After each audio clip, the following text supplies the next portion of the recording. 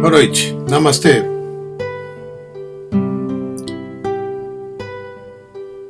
Bem-vindos ao Satsang, ao encontro.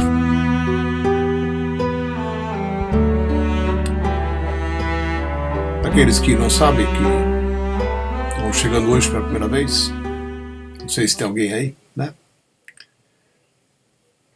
Muito bem-vindos e muito bem-vindos àqueles que estão sempre juntos aqui também, né? Acompanhando os encontros com regularidade e frequência, o que dá uma base, né, de sustentação energética aqui para o encontro. Eu sempre agradeço a presença de vocês, viu? Eu só sei quem está aqui quando alguém me escreve alguma coisa aqui no chat, né? Então, eu não tenho como saber quem são os participantes do encontro, e a não ser que você se manifeste, tá bom? Então, são bem-vindos a dar um oi, né? Sempre que quiserem. E se quiserem se manter no anonimato, tá ótimo também, né? Eu sei que de vez em quando alguém me comunica, não, eu vejo todos os teus encontros, né? E eu nunca vi aquela pessoa antes, eu não sei quem é, nunca vi o nome dela antes, né? E é legal também, né? E tem aqueles que dão esse suporte energético com suas perguntas, com suas colocações, com as suas indagações, com seus compartilhamentos, né? O que torna o encontro sempre mais rico e bonito, né? O encontro ele é destinado a muita gente, né? E a gente sempre coloca que é um encontro aberto, no sentido de acolher todas as pessoas que queiram crescer juntas, né?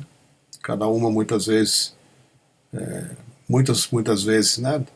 Fazendo parte de uma mesma jornada, outras chegando por meio de jornadas diferentes, mas que acabam chegando por aqui também, né? E a abertura do encontro se refere a isso. A gente recebe e aprende com todos. Essa é a primeira finalidade do encontro. Criar os meios a gente aprender uns com os outros, né? Criar o meio, criar o espaço, criar, né, pela presença daqueles que estão buscando e também pela presença que se manifesta quando a gente se reúne, porque isso é um mistério, né? Quando um grupo de pessoas se reúne para buscar alguma coisa, buscar ver o que precisa ser visto, né? O que não foi visto ainda, isso que precisa ser visto, o que não foi visto ainda, se manifesta de alguma forma. E isso é um fenômeno para o qual eu não tenho nenhuma explicação, né? Mas eu tenho um sentimento de que nós somos sempre atendidos nas nossas necessidades. Sempre. Não tem como estarmos separados dessa verdade, né? Às vezes a gente não reconhece. Tudo bem, né? Mas somos sempre todos atendidos em nossas necessidades. Então aquilo que a gente busca, inevitavelmente a gente vai encontrar. Não depende de nada, né? Quando você sinaliza que você quer encontrar uma resposta, a resposta vem. Se você não sinalizar, vai ficar, né, sem resposta. Mas se você sinalizar, né, quero ver, quero saber, quero compreender, quero criar as condições para uma transformação na minha vida, essas coisas acontecem. E não demora muito não, né? É rápido. Ultimamente ultimamente não, já faz um bom tempo, né? Que a gente comenta e constata, né? Isso que eu acabei de afirmar. As coisas acontecem muito rápido. É como se a gente percebesse uma certa urgência no ar, né? Para que as coisas não fiquem sem resolução, sem se completar.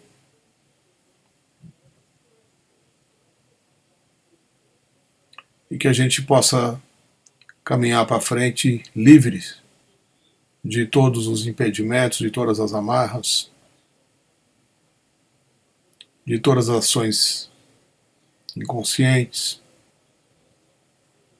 Que boa parte das coisas que a gente faz, a gente não se dá conta que faz, né? A gente faz, depois, às vezes muito depois, é que a gente vai se dar conta, né? Que fez alguma coisa que teria sido melhor não fazer. E a gente acaba perdendo um precioso tempo de vida como consequência de atos inconscientes, impensados, né? Reativos.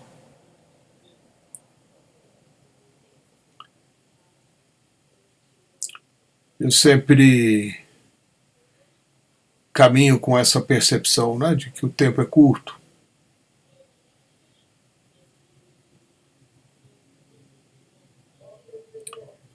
E que as coisas precisam ser vividas e realizadas logo, né? Então, tirando o fator estresse, né, deixando ele de lado, mas essa constatação de que as coisas precisam ser feitas logo e que elas não são feitas porque alguma coisa dentro de mim ainda, né, adia.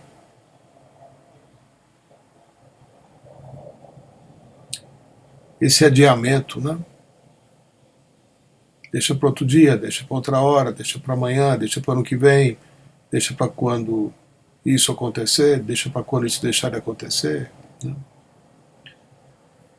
Parece que sempre temos outras urgências mais importantes a serem cuidadas, que muitas vezes são irrelevantes, né? São besteiras, são bobagens.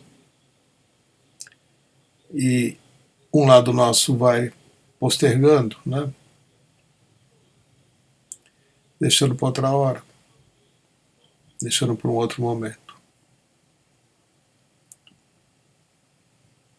Isso é uma mensagem muito nítida que o Osho nos dava também, né?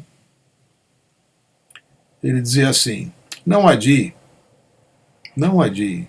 O amanhã é uma miragem.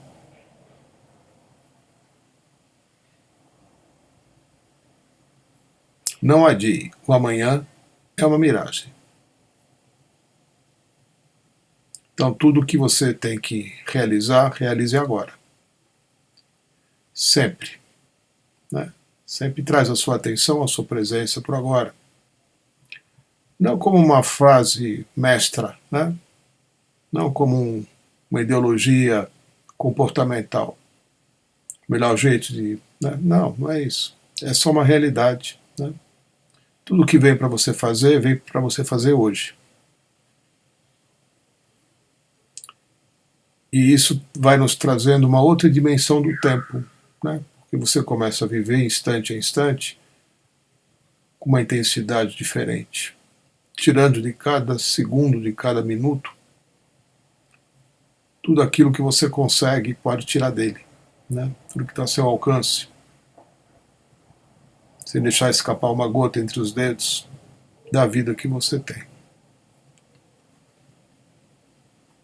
Isso foi muito repetidamente colocado por Osho.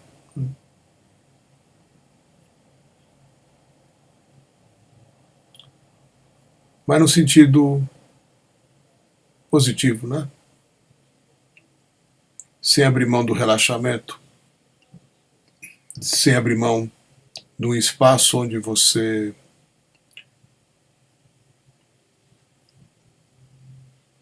não é movido pela ansiedade, nem pelo medo de não conseguir. Você simplesmente é movido pela necessidade de responder às situações sem adiar. Todas elas. E isso faz do teu dia uma coisa diferente, né? Acordar de manhã e já ter, né, um projeto de dia para viver, né? Cada coisa intensamente.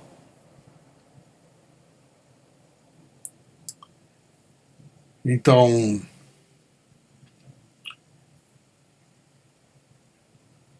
já convido vocês, né, a participarem aqui do encontro ativamente também, trazendo as suas questões, está aberto, né? Basta colocar a questão por escrito aqui na área de chat,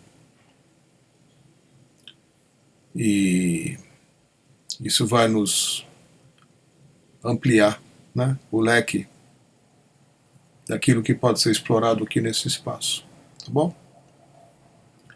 Sempre lembro que toda pergunta, toda questão é importante, e é legal que seja pessoal? né? É legal que tenha algo a ver com você, com certeza. Mas tudo que a gente expõe aqui, além de permanecer no anonimato, né? A maioria de nós não se conhece, a gente também beneficia aqueles que depois vão assistir ao encontro pelo YouTube, né? Nas semanas, meses e anos mais adiante. Tem gente assistindo aí a encontros que aconteceram há 3 anos atrás, 4 anos atrás, né? Eu sei porque eu vejo os números desses encontros mudando, né? Então tem gente vendo coisa antiga, né? Coisa que foi conversada faz tempo.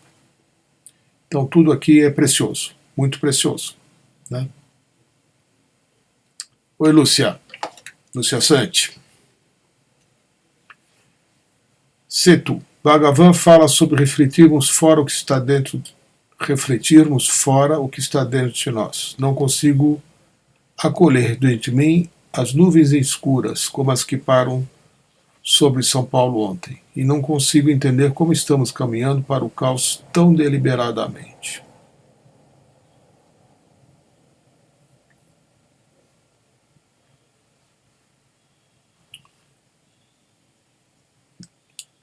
O que o Bhagavan diz, Lúcia, é uma coisa que eu estou sempre lembrando aqui, né?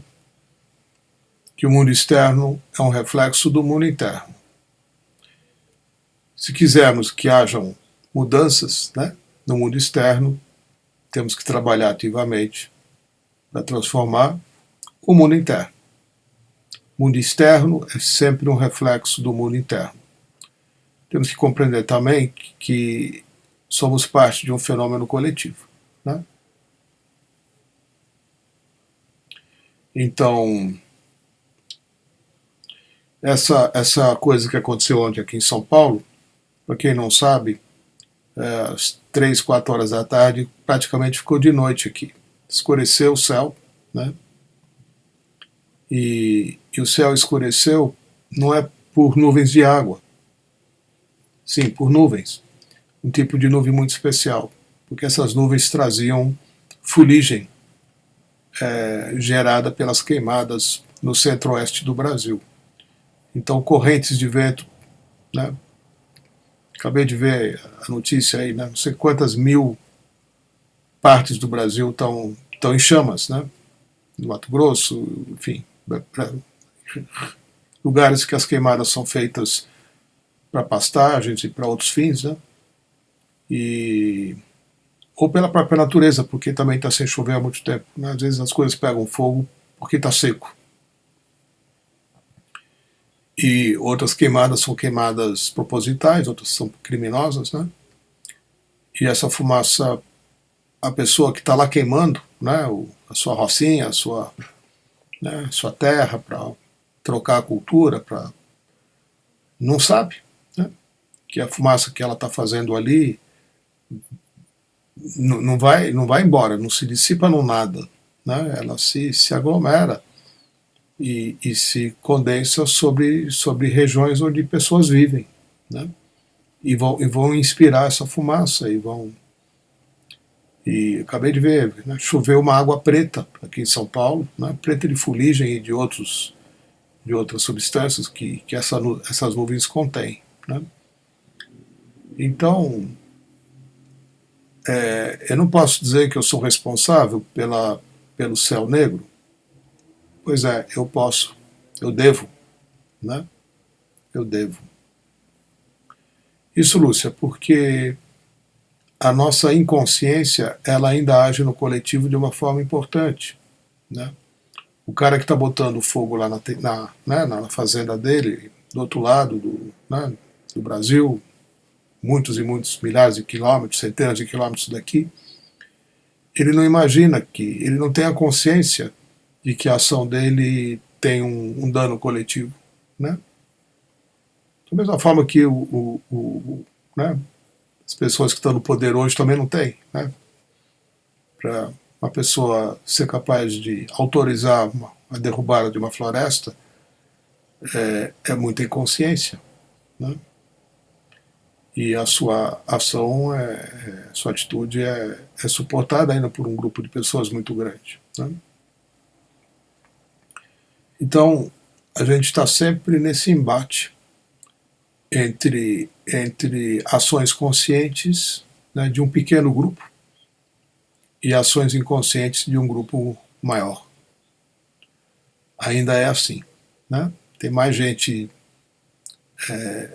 agindo sem saber o que está fazendo do que gente sabendo o que está fazendo, né? É a realidade que a gente vive. Então, o mundo externo ele reflete isso, né? Reflete o nível de inconsciência em que nós, como brasileiros, né? Vou deixar restrito aqui ao Brasil, vivemos, né? Porque não somos capazes de atuar para mudar alguma coisa de uma forma mais direta, né? Tem uma menina, ela tem, acho que 13 anos, né? E essa menina, eu esqueci o país que ela é, eu não sei se ela é da Suécia, Noruega ou da Holanda, um desses países aí. E ela começou um movimento contra essas coisas, né? Lá no país dela, ela começou a mobilizar as crianças da idade dela. E esses dias ela está fazendo uma travessia de veleiro, sozinha, né? Enfim, não com a família, os amigos dela, com um barco que é todo movido por energia solar, vento e por está cruzando da Europa para os Estados Unidos para participar de alguma coisa lá que eu não sei qual é. E essa menina vai acabar ganhando o Prêmio Nobel da Paz, né? E ela tem 13 anos. Está chamando a atenção, né? E está indo para a rua, e está segurando a plaquinha, né? Dizendo que as crianças não, não aceitam, né? A destruição do meio ambiente onde elas vivem. Então, sempre me chama a atenção quando uma criança toma uma atitude, né? Que muitas vezes nós, como adultos, não somos capazes, né? A gente fica reclamando, fica indignado, né? Mas não faz nada, né? De mais eficaz, assim, no sentido de trabalhar por uma mudança coletiva, né? Por que isso é assim, eu não tenho uma explicação para te dar, né?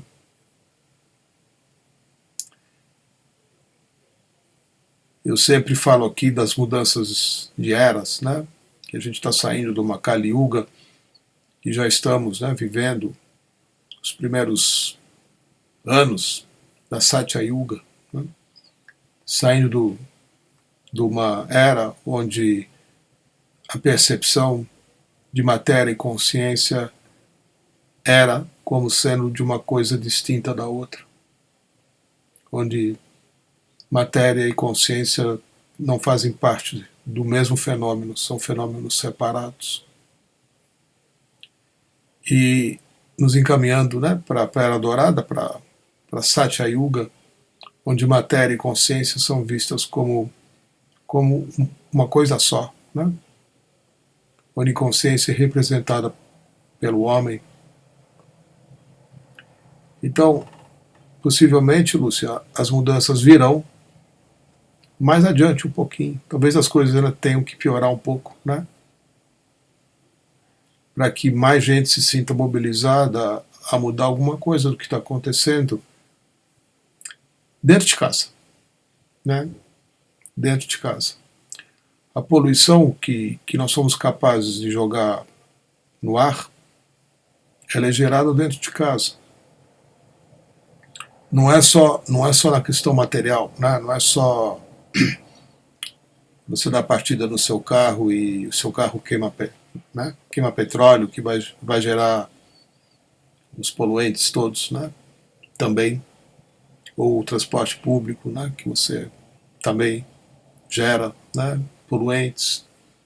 Ou o lixo que você joga sem separar o que vai ser reciclado ou não, que também gera poluentes. E por aí vai, né? Quer dizer, tem um esforço ainda enorme. A gente até separa o lixo, mas não sabe se de fato ele vai ser reciclado ou não, né? O que vão fazer com esse lixo que a gente está cuidadosamente separando, né? O vidro do plástico, do metal, do papel. O que vai acontecer com tudo isso? Será que alguém de fato está fazendo algum uso positivo dessas coisas, né? E aí tem crianças que estão desenvolvendo projetos para limpar o mar, viáveis, né? Projetos para, né, se viver de uma forma mais saudável. Então acredito que essas atuais gerações de crianças e adolescentes já vão começar de fato a cuidar melhor do que a gente tem sido capaz de cuidar, né? E tomara que o Brasil consiga acompanhar, né? Porque a nossa educação está muito ruim e as crianças não recebem esse tipo de informação por uma limitação dos próprios professores, né? Que também foram mal educados no sentido de educação ruim, né? Não frequentaram boas escolas que as fizessem olhar para as coisas, a pensar, refletir e atuar no meio ambiente de uma forma mais consciente. Então ainda são pequenos grupos, né? Sim, né? O nosso interno se expressa no externo. E quando a gente fala em nosso interno, vamos lembrar que a gente é parte de algo, né? Nosso interno quer dizer o interno de todos nós, né? Por mais que você pense, sinta e faça diferente, ainda assim o grupo no qual você está, né? A família, os amigos, o condomínio que você vive, né? A cidade onde você mora, ainda não, né? A gente ainda não afetou o coletivo da forma como já poderia estar acontecendo. Quando a gente começou a conhecer o que é a Diksha, quais eram as intenções, né, de Shri Shrima Bhagavan, o que eles estavam propondo, né, de mudança no coletivo, foi o que atraiu muita gente, né, possibilidade de você trabalhar no sentido de trazer uma mudança coletiva a partir de uma mudança de estado de consciência. Isso todo mundo já sabe, né. Hoje, a gente continua ainda fazendo a mesma coisa, né? Um monte de gente aí, assim como eu, né? Mantendo encontros regulares todas as semanas, as pessoas vêm, recebem a Diksha, ouvem algumas coisas, veem algumas coisas, né? Voltam para casa já um pouco diferentes, né? Só por terem estado presentes dentro de um espaço onde tem mais gente procurando consciência também. Então são os pequenos passos, né? E os passos maiores são dados por instituições, né? Então a gente está se preparando para oferecer agora em setembro o Festival da Paz, com o objetivo de alcançar 2 milhões de pessoas. Ano passado conseguiu-se chegar a 1 milhão, e esse ano o objetivo é chegar a 2 milhões, né? Um bocado de gente, né? Se a gente puder tocar 2 milhões de pessoas, né, espalhadas pelo planeta, que estarão ativamente por 10 dias, 10, 11 dias, trabalhando internamente na resolução dos seus conflitos, né? Todos eles, né? Cada dia é um diferente, cada dia tem um tema diferente. Um dia a gente vai trabalhar o conflito consigo mesmo, outro dia o conflito com as crianças, outro dia o conflito com as mulheres, outro dia, né? Estados de conflito, né? Que geram violência. Violência racial, violência nas crenças, né? Pelas diferenças de crenças religiosas. Nós somos violentos em muitos aspectos, né? E cada um deles vai estar sendo trabalhado. São 10 aspectos diferentes que vão estar sendo trabalhados. Então, do dia 11 ao 22 de setembro, cada dia vai ser dedicado a ser liberado, né? A nível individual, mas feito de uma forma coletiva, todos os aspectos de violência que a gente carrega, né? E estamos esperando fazer isso com 2 milhões de pessoas. Então, são coisas que vão contribuindo para uma mudança de consciência coletiva, né? E sim, está inclusa a violência contra a natureza, com certeza. Né? Violência contra a água, violência contra o ar, violência contra as árvores, violência contra os animais, violência, né? Que a gente ainda comete também, né? Então é por aí, né? É por aí. A gente constata que as coisas, né? De vez em quando a gente se decepciona, né, Lúcia? Eu esperava, né? Talvez que as coisas já tivessem mudado há mais tempo, né? Poxa, quem sabe, né? Dentro de poucos anos a gente já vai viver num mundo diferente, né? Mas eu entendo, né? A gente ainda vive num mundo que foi formatado na Kali Yuga, né? Uma era de 5 mil anos, que acabou de acabar em 2012, e a gente ainda está com uma formatação, né, interna, uma educação, uma consciência ou uma inconsciência, onde mal enxergamos, né, um pouco adiante do nosso nariz, né? A gente cuida de sobreviver no mundo, né? Nem que para isso a gente tenha que passar por cima de muitas coisas e por cima de muitas pessoas. Quando a gente fala no coletivo, né? Como o cara que está lá botando fogo na rocinha dele, né? Sem saber que a fumaça vai possivelmente causar uma bronquite, uma rinite, uma asma, uma outra criança a milhares de quilômetros, né? Numa cidade como São Paulo. Não tem noção, né? Não tem a consciência coletiva. Então, a consciência coletiva, em parte, ela vem pela educação. E, em parte, ela vem com a pessoa crescendo mesmo, né, no nível espiritual. As duas coisas juntas, né? Vem da escola, vem dela estar sendo, né, levada a ver que as atitudes estão gerando esse tipo de consequência, né? Possivelmente há 100 anos atrás, as pessoas não imaginavam, né, 100, 150 anos atrás, que um carro movido a gasolina pudesse alterar o clima da Terra, né? O que existia na época era Maria Fumaça, né? Ou ainda transporte a vapor. Tudo bem, queimava-se lenha para gerar o vapor, né? De alguns navios e dos trens também, e até de alguns carros, né? Mas para ferver o vapor era queimada a lenha, e a lenha vinha de floresta derrubada, né?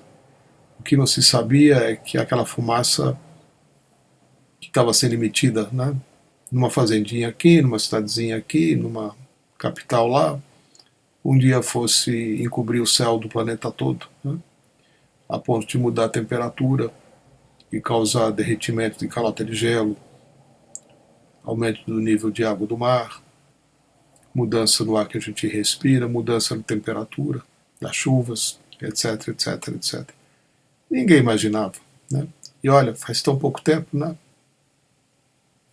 Tão pouco tempo, 100 e poucos anos, numa era, né, de 5.000, o que são 100 anos, né? Esses últimos 100, 150 anos, que a gente conseguiu fazer tanta coisa, conseguimos destruir a natureza numa velocidade tão rápida. Muito rápido tudo, né? Desde a criação de uma bomba atômica capaz de destruir o planeta inteiro dezenas de vezes, né? O potencial atômico armazenado aí nos países produtores de energia nuclear é gigantesco, é capaz de destruir a Terra muitas vezes, né? Isso não era concebível há 150 anos atrás, né? No início do século XX, final, né? 1800 e pouco, não se tinha essa noção, né? Tudo bem, tinham guerras, se matava muita gente, mas ainda não se destruía o planeta, as formas de vida do planeta como faz hoje, né? Caça às baleias, né? Destruição das florestas, os animais, etc, etc. Né? Não vou nem entrar aqui no tema, porque não vem ao caso agora, né? Mas o que nos leva a cometer certas ações é o que me interessa, né? Eu acho que é isso que você está perguntando. O que somos capazes, né, de acender, né, um fósforo e queimar alguns hectares de uma fazenda, sabendo, né? Se não soubesse, ok. Mas hoje em dia, com certeza, o cara que está queimando, ele sabe. Ele sabe. Ele é bem informado, né? Ele tem a televisãozinha lá, ele vê a notícia, né? Ele vê que a fumaça chegou aqui em São Paulo. E fica sabendo, né, que ele contribuiu para isso. Mas ele vai de novo fazer a mesma coisa. Não, ele não vai deixar de fazer isso, né? A não ser que ele seja fortemente autuado, multado, né, punido de N formas, mas por consciência ele ainda não vai deixar de fazer. Então, essa consciência é o que nos interessa, né? O que faz uma pessoa se tornar consciente? Não pela punição ou pela constatação de que as suas atitudes causaram danos e prejuízos, mas o que torna uma pessoa consciente? Por que algumas pessoas são mais conscientes? Por que as crianças são mais conscientes do que os próprios pais? Por que uma criança se recusa a comer a carne que a mãe está oferecendo para ela na hora do almoço? Dizer, não, eu não como nada que está, né? Não vou comer um bicho com o qual eu brinquei ontem, né?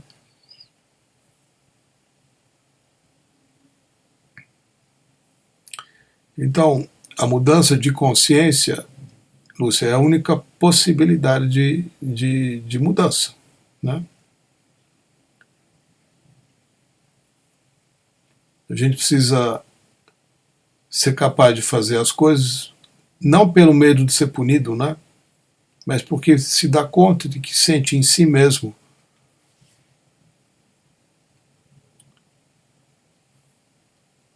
não é se dar conta porque sente em si mesmo, mas pelo sentir em si mesmo as consequências, né? Isso é um dar-se conta, né? Sentir em si mesmo as consequências, porque as coisas vão voltar. O que você está fazendo vai voltar. Se não volta para você, volta para um filho, volta para um neto, né? Volta para alguém que você ama. Então as coisas voltam. Nada está separado, né? E essa consciência de que assim as coisas são, ela vem como uma interferência da presença. É por isso que a gente compartilha a Diksha, né? A Diksha, costumo falar isso, né, de vez em quando, né, é uma direta ação, né, uma interferência direta de uma inteligência superior com a intenção de alterar o seu estado de consciência. Então, alterar o estado de consciência é isso. Você se torna capaz de sentir e ver o que você não sentia e não via antes. Você começa a ser capaz de ver que tudo que você faz volta para você. Você é capaz de ver que as suas atitudes, as suas ações podem beneficiar ou causar destruição a um monte de gente que você nem conhece. Logo você vai tomar mais cuidado com o que você faz. E esta consciência, as novas gerações, muitas delas, né, já estão vindo com ela. Não é que elas estão aprendendo isso em casa ou na escola, não. As crianças, algumas já estão chegando aqui com essa consciência e ensinando seus próprios pais, né? Ensinando até mesmo os professores e ensinando aos políticos, enfim, ensinando, demonstrando, né, que não admitem mais certas coisas. O que era admissível para você, de repente, não é mais admissível para um filho que você tem, né, sem que você tenha ensinado isso a ele. Isso é que eu entendo que seja o fenômeno. Isso é o que eu entendo que seja uma mudança de estado de consciência. Quando você vai se dando conta de que você não está sozinho, que você pertence a algo que você mal consegue enxergar o tamanho, né? Que você é parte de algo, que você não está separado, isolado de nada nesse mundo, né? Nem fora dele. Nosso mundo também não está separado de outros mundos, né? Nosso planeta não está separado dos demais planetas e das demais galáxias. Nada está separado de nada, né? Uma mudança na forma como o Sol explode, né? Uma explosão solar altera a forma como a gente vive aqui na Terra. Outro dia eu estava falando aqui no eclipse, né? Uma mudança na forma como o Sol e a Luz se comportam afeta a forma como nós vivemos aqui na Terra. E isso vai ficando cada vez mais óbvio, cada vez mais explícito. Então tem as coisas que a gente pode cuidar e tem as coisas que não tem jeito, né? Elas acontecem e a gente aprende com elas, né? E outras coisas a gente pode atuar diretamente. Nas civilizações bem antigas mesmo, né, havia esse sentimento de punição, né? Então, se havia uma praga, né, como aconteceu no Egito, né, de repente vem um monte de gafanhoto e come toda a plantação de trigo e todo mundo vai passar fome porque não vai ter pão para comer e só se come pão, né, como alimentação base. E aí vem uma praga, né, um desequilíbrio ecológico, mas eles entendiam como uma punição divina, né, como tendo se comportado de forma errada e eram chamados à atenção, né, vamos rever o comportamento, vamos rever as atitudes, porque uma praga dessa se manifesta para que a gente enxergue alguma coisa. Gente, isso é bíblico, né? Tão velho, tão antigo, né? E até hoje a gente está aí lidando, né, com fenômenos. Um céu preto encobrindo São Paulo não é muito diferente de uma chuva de gafanhotos comendo né, uma plantação que iria nutrir todo um povo, né? Ou né, um dilúvio, né? Uma chuva que não para, né? Ou uma formação de gelo, né? De repente tudo gela, o sol vai embora, né? Fica tudo frio, tudo congelado, a era do gelo. Então a gente já passou por tantos fenômenos aqui na Terra e vai continuar passando. Alguns deles são provocados por nós mesmos, né? Outros, eu não sei dizer até onde, né? O importante é a gente sentir que não está separado de nada do que esteja acontecendo. E que para muitas coisas, na medida que a vida vai nos trazendo as situações, nós somos capazes de fazer diferença. É o que a gente está tentando fazer, né?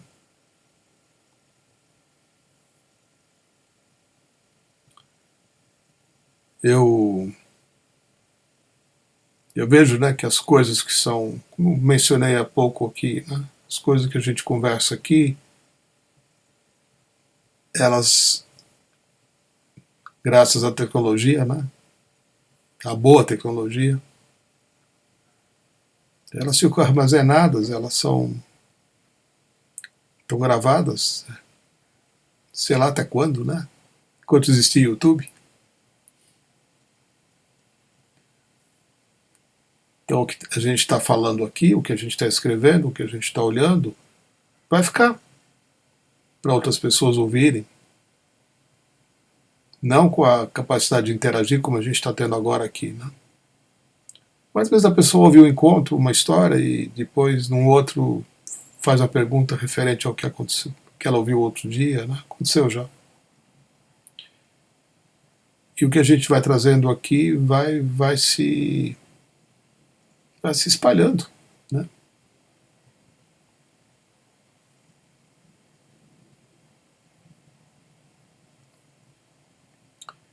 Eu acho isso muito forte, né? E eu lembro disso como sendo a dinâmica do que a gente faz, né? Um exemplo da dinâmica. A coisa não fica restrita ao, a nós aqui, né? Estamos aqui em 12 pessoas nesse momento. Daqui a um mês já tem 100 pessoas que viram, né? Eu tenho encontros aí que tem mais de 300 pessoas que assistiram. Nossa, né? Às vezes tinha um pequeno grupinho conversando, né? E 300 pessoas se beneficiaram, né? Então, quer dizer, espero ter se beneficiado, né? Porque a gente aqui não joga conversa fora, né? Tudo que a gente coloca aqui é porque tem a ver com as nossas vidas, né? E tem a ver com a vida daqueles com quem a gente tá relacionado, né?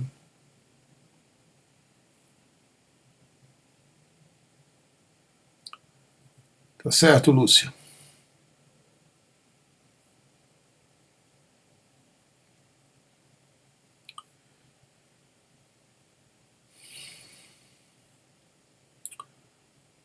A, a,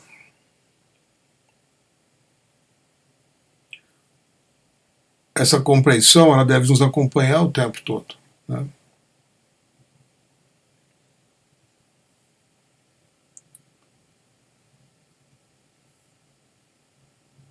A visão da oneness, né? A forma de se colocar essas coisas, né? A gente deve estar sempre observando com o que a gente está alinhado, com que tipo de forças eu estou alinhado nesse instante, né? Eu posso ter me desalinhado, né? Mas tem uma percepção disso, porque eu sinto um desconforto. Quando a gente está alinhado, a gente se sente confortável, né? Às vezes é até mesmo uma sensação física, né? Não sei se vocês já tiveram essa experiência. Eu tive algumas vezes, né?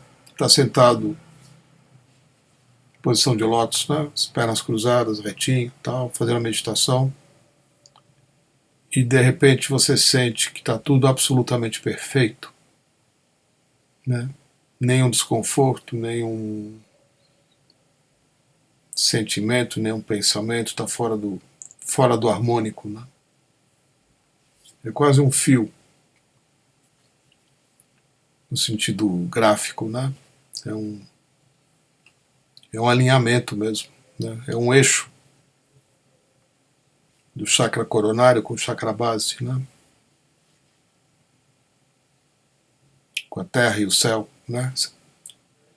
Quando você está sentado fazendo a meditação, e seu chakra base toca a terra, né? E o chakra coronário está aberto para o divino, e você sente que você é esse elo, né? Entre o céu e a terra, porque você tem tudo dentro de você.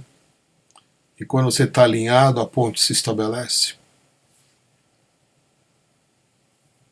É um estado. É importante a gente passar por isso algumas vezes, né? Para a gente não esquecer o que está fazendo aqui, né? Todo mundo aqui é ponte. Todos nós manifestamos a presença nas nossas atitudes, nas nossas ações, na forma como lidamos com o que a gente sente, na forma como a gente lida com o que pensa, e com certeza na forma como a gente age. Então o alinhamento é isso, né? Ele é um estado de harmonia com uma energia, uma presença divina. Aí a sua ação ela é correta e você recebe todo o suporte do universo, porque a sua ação vai beneficiar o coletivo. Então você recebe todo o suporte, né?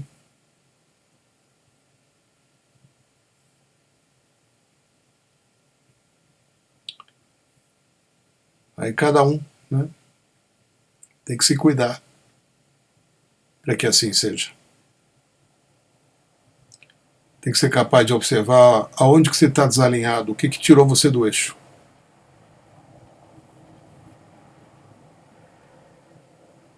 E aí você trate de se recolocar no eixo, né, você mesmo, né, buscar os meios. Pode ser cantando um Mula Mantra, pode ser cantando um mantra, pode ser ouvindo uma música, pode ser fazendo yoga, pode ser observando a própria respiração em silêncio, ou fazendo qualquer prática em que você reencontra esse estado de alinhamento. Uma vez que você esteja alinhado, como hoje na Ueno Academy eles chamam de belo estado, né? Você está no belo estado, toda ação que decorre desse estado, né? Tudo aquilo que você faz por estar no belo estado, reflete positivamente no universo. Não tem como ser diferente. Quando você está no bom estado, no belo estado, tudo que você faz cria, né, cria maravilhas, né, traz cura, é construtivo, gera alegria. E quando você tenta fazer uma boa ação, né, entre aspas, construir alguma coisa, só que você se encontra num estado de sofrimento, não tem como essa ação se materializar, no sentido de trazer retorno. Não tem como, né? Aquilo que está ancorado num estado de conflito, né, não tem como se manifestar positivamente. Então todo o trabalho nosso, né, é no sentido de proporcionar que um número cada vez maior de pessoas possam viver no bom estado. Porque não tem outra forma da gente trazer mudanças no coletivo. Então tudo que você puder fazer para se manter, para sustentar e ajudar outros também, né, a encontrarem esse mesmo estado, vai ser o caminho para mudar alguma coisa no externo. Né? Aí sim, o mundo externo vai refletir o mundo interno. Mas que mundo interno é esse? Né? Então, num mundo interno isento de conflito, num espaço interno onde a paz prevalece, você já não consegue criar conflito fora, com nada nem com ninguém. Pelo contrário, quando você se depara com uma situação conflituosa, você vai ser capaz de atuar diretamente para resolver a questão, né, para mudar alguma coisa. Senão você vai optar por um dos lados, né, e vai participar do conflito da mesma forma. Ou você se alinha com o bandido, ou você se alinha com o mocinho, ou você se, né, se não se alinha com nenhum dos dois, mas você quer ver o pau comer, né, os dois, né, tá vendo a briga?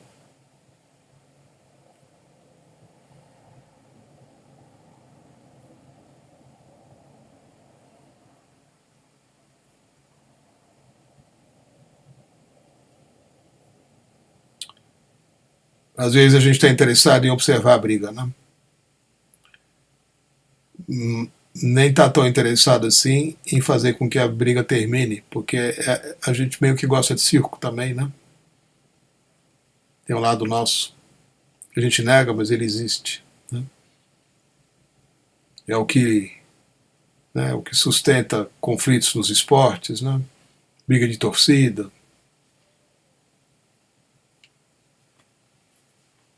brigas de vários tipos, né? Lutas de vários tipos. É uma representação de um estado de conflito, né?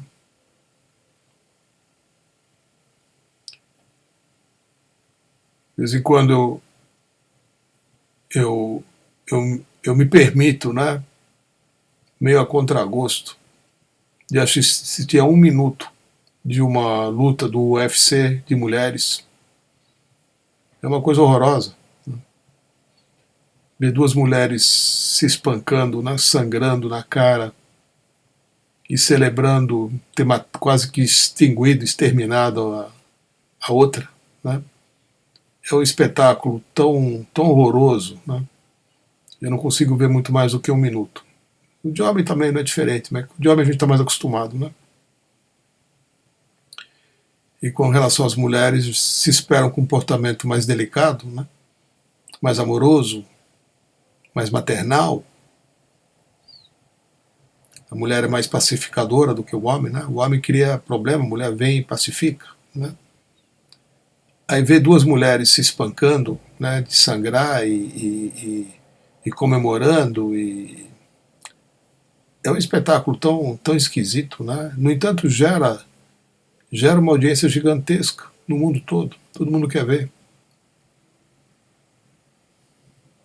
O que é isso, né? Porque a gente sente prazer em ver, né, ver isso, né? Assistir uma cena assim. Vai chamar de esporte? Não, não é esporte. Claro que não. Não tem como ser, né? Ninguém vai me convencer ao contrário. Em essência, né, é uma situação de conflito, né, físico, de violência, de destruição e de uma competitividade fora do aceitável, né? É muito feio. Mas as pessoas assistem. Então, o que leva uma pessoa a assistir?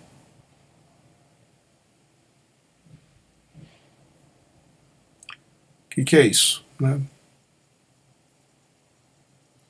Hoje eu li uma matériazinha também rápida, né, a respeito de um sequestro de um ônibus que aconteceu no Rio de Janeiro.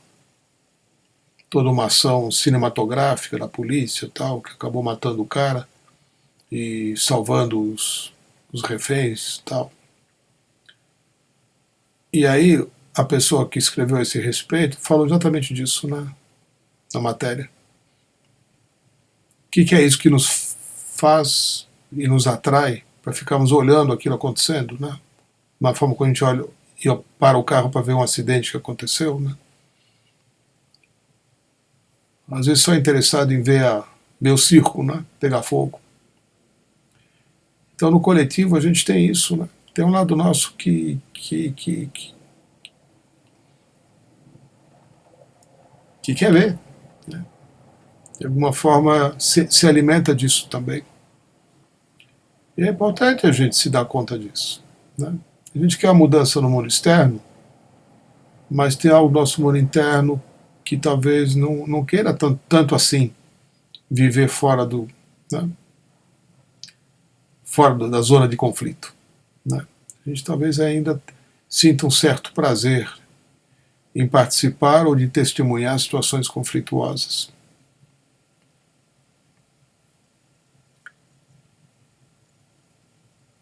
Me chamou a atenção isso, né?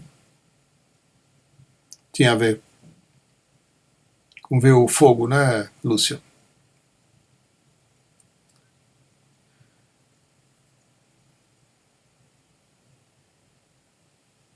A gente não vai encontrar as respostas aqui, né? Os porquês. Mas é mais uma janela, né, a ser aberta para deixar a luz entrar, né? E trazer luz para aquilo que a gente vive, que a gente faz e não sabe porquê. Ainda não sabe porquê, né? Nasceu num mundo assim, né? Está vivendo num mundo que é assim. Como fazer diferente? Pois é, esse é o nosso desafio. Nos cursos de iniciação, a gente conta a história do Mahatma Gandhi, né? Eu já mencionei isso aqui no encontro também. E o que fez o Gandhi se tornar o Mahatma? Mahatma significa o grande homem, né? A grande alma. O que faz uma pessoa se tornar uma grande alma? É quando a atitude dela, que poderia ser simplesmente cuidar, né, de si mesma e dos seus próprios interesses, quando a atitude dela de repente ultrapassa, né, esse limite e a atitude dela está direcionada a ajudar um monte de gente, né, o maior número possível de pessoas. Ela se torna uma grande alma, uma Mahatma. Então é isso, eu estou encerrando o encontro aqui. Eu vou me preparar para a One's Meditation. Lembro que em breve estamos aí disponibilizando o Festival da Paz. Hoje já temos um bom número de pessoas que se registrou para ser um agente da paz, um peacemaker. Então são essas atitudes, né, que a gente tem a oportunidade de fazer. A oportunidade vem, a gente tem como contribuir para que algo aconteça no externo, né? O Festival da Paz é um evento assim. Eu estou mencionando aqui porque tudo que acontece no mundo externo que não esteja em harmonia exige de nós algum tipo de atitude, né? Porque a gente está sentindo, né? Tem alguma coisa aí dentro que não está gostando do que está vendo, né? Está incomodado. Então a gente tem hoje o privilégio de ter acesso a certas coisas que podem ser feitas para a gente trabalhar naquilo que não está bem dentro, né? E com isso afetar coletivamente as coisas de uma forma bem eficaz mesmo e positivas, né? Então, gratidão à presença. Eu vou me preparar para um. Lembro que eu fecho o encontro aqui, reabro às 23h15. É uma meditação, para quem não conhece, de mais ou menos 20 minutos, um pouquinho mais.